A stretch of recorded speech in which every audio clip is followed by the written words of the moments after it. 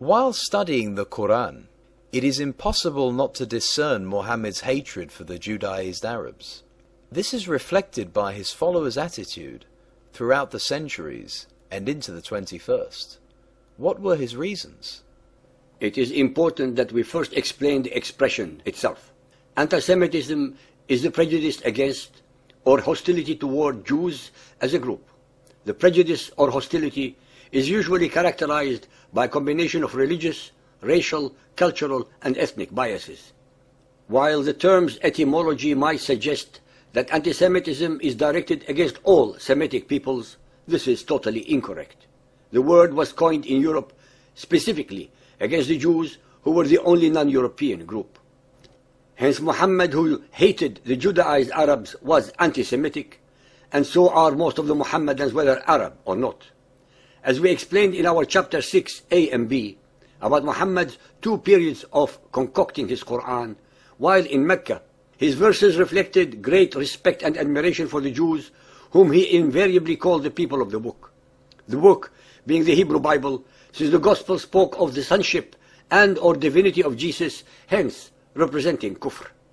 I must point out as many times as necessary that all the records that are available to humanity regarding Muhammad, his Quran and the Hadiths are totally one-sided, coming only from his followers. We have not got a single independent record to substantiate or support these reports. Muhammad and his followers show us, based upon their own testimony, that they forced into conversion, subjugated, enslaved and or slaughtered most of the Judaized Arabs as well as the Christian and pagan Arabs, their records and their books. We have absolutely nothing but Muhammad's and his followers' words that are as real and reliable as the mirage of the Arabian desert. After 13 years of exhortation in Mecca, Muhammad failed miserably to make any impact upon his own people, the tribe of Quraysh. 13 years of hard effort yielded the abysmal number of 78 followers, most of whom were close friends and slaves, both male and female. When he first arrived at Medina, the Judaized Arabs considered him a brother monotheist who was attempting to bring forth the concept of a one and only God to pagan Arabia. Please always remember that the Judaized Arabs as well as the Christian Arabs were natives of the peninsula centuries before Muhammad and his Quran. They were ethnic Semitic Arabs, not outsiders to the land. They had converted without coercion to the faith of the Jews or to Christianity. Moreover, the pagan Arabs settled their differences mostly by single combat and not by attacking in hordes and or armies. The Judaized and Christian Arabs had allies among the pagan Arabs. Both the Judaized and Christian Arabs supported their own allies among the pagans and fought accordingly. According to what we can glean from the Muhammadan records, both the Jews and Christians were mostly in agriculture, trade and manufacturing, and allied themselves with the pagans because of intermarriage as well as for political and security necessities. More relevant of all, there was no hatred for either the Judaized or the Christian Arabs. Both were totally Arabized people who were indistinguishable from any others except for their beliefs and some traditions. The vile hatred and discrimination came as a result of Muhammad and his Quran. For the first 16 to 18 months, while among the Judaized Arabs of the Medina, Muhammad did his best to ingratiate himself with them, to the extent that he observed and instructed his followers to do the same, the Yom Kippur day of fasting, as well as praying with the Qibla towards the Sham or the direction of Jerusalem. The relationship would have continued to be amicable had Muhammad not started on the path of war and aggression. Ladies and gentlemen, only by studying, and I repeat studying, the historical records of Muhammad and Islam can anyone read between the lines and pick up the truthful nuggets of gold or of gems hidden within. The records are numerous, extensive, and are available for any who have the time and make the effort to study them. Never take the self-serving words of the so-called scholars of Islam for granted, since it is not to their advantage to reveal the facts.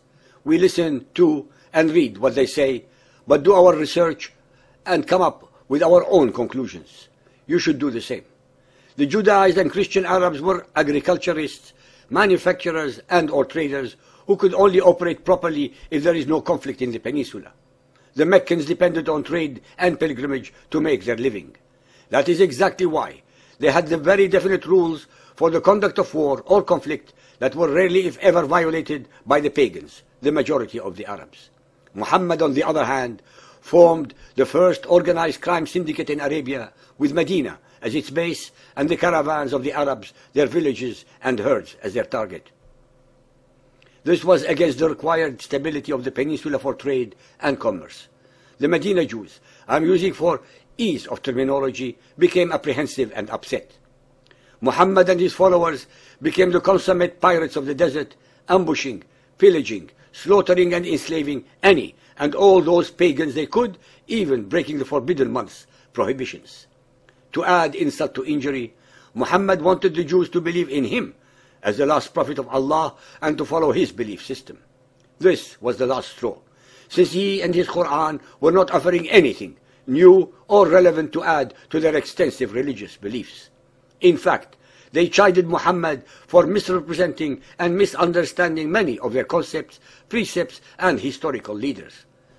Muhammad, who was doing his best to impress upon his mostly illiterate, superstitious, and ignorant followers that he was actually the promised Messiah of the Jews and Christians, could not tolerate such obvious and dangerous people who were exposing his weaknesses and foibles. After about 16 months, Muhammad started directing his wrath totally against the Jews. He redirected the Qibla towards the pagan Kaaba and stopped the fast of Ashura and instituted the month of Ramadan instead. His Quranic verses became more and more hateful, strident, and uncompromising. Furthermore, he started the first case of ethnic cleansing in the Arabian Peninsula. Every time he wanted to victimize a tribe, he declared that he received the usual convenient revelation from Allah, allowing him to do whatever he was intending to do. He was actually sanctifying all his nefarious deeds. The Muhammadan records exalt him for having destroyed first the 3 major Jewish tribes of Medina. This was followed by Khaybar and others. At the same time, he and his followers were slaughtering, enslaving, plundering and raping pagan Arabs as well as Christian ones. By the year 636, almost all the Judaized and Christian Arabs were either converted, enslaved, or forced out of most of the Arabian Peninsula, their native land, even unto today, 1400 years later. The Quran and Hadith are full of verses that show virulent hatred for the Jews. That is why, even though 1,400 million followers of Muhammad may have never seen or known a Jew, hate the Jews because of the Quran and Muhammad's Sunnah. Listen to our chapter 16. Ladies and gentlemen, so-called believers and unbelievers, please be aware that Muhammad in his Quran shows a relentless and eternal hatred not only for the Jews, but also for all other human beings who do not believe as he does. All Christians, Buddhists, Hindus, animists, etc. Listen to our chapters 14, 19, 22, 137 and get enlightened.